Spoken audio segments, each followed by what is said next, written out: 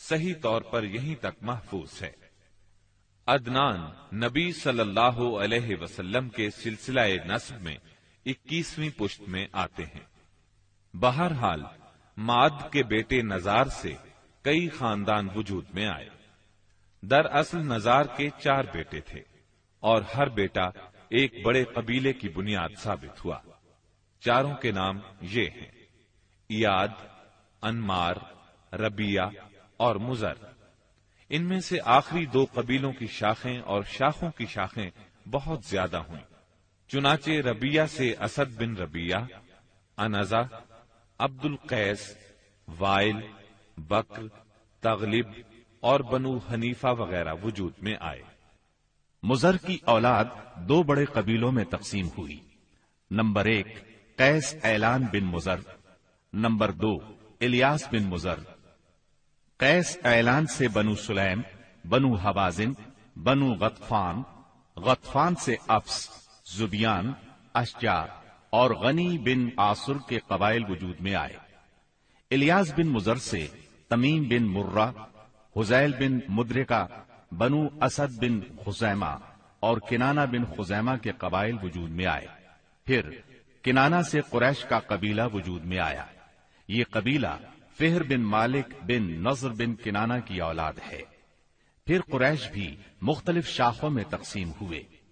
مشہور قریشی شاخوں کے نام یہ ہیں: جمح، سہم، عدی، مخزوم، تیم، زہرہ اور قصی بن کلاب کے خاندان یعنی عبد الدار، اسد بن عبد العزا اور عبد مناف۔ یہ تینوں قصی کے بیٹے تھے۔ ان میں سے عبد مناف کے 4 بیٹے ہوئے جن سے 4 ذیلی قبیلے وجود میں آئے، یعنی عبد شمس، نوفل، مطلب اور ہاشم۔ انہی ہاشم کی نسل سے اللہ نے ہمارے نبی کریم صلی اللہ علیہ وسلم کا انتخاب فرمایا۔